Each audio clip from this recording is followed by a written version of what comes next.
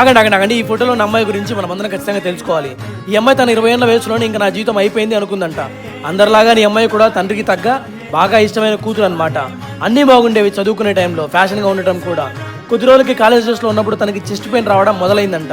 తన ఏజ్ 20 టైంలో ఉన్నప్పుడే బ్రెస్ట్ క్యాన్సర్ లాస్ట్ స్టేజ్లో ఉందని తెలిసిందంట.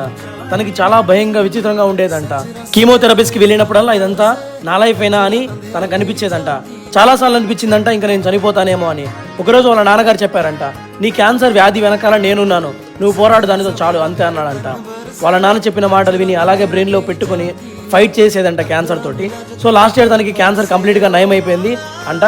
నాకు పూర్తిగా నయమైన తర్వాత మా నాన్న తన మొక్కుబడి ప్రకారం పాదయాత్ర మొదలుపెట్టాడంట. బరోడా నుంచి అయోధ్య వరకు. తనకు అనిపించిందంట మా అమ్మ నాన్నల సపోర్ట్ లేకుంటే నేను బ్రతికి ఉండేదాన్ని కాదని చెప్పి. తన ఏజ్ 22 ఏళ్ళు ఇప్పుడు. అప్పుడు దేవుడు మళ్ళీ తనకి సెకండ్ లైఫ్ బ్రతికే ఛాన్స్ వచ్చిందని అనిపించిందంట. తనకు అనిపించిందంట జీవితం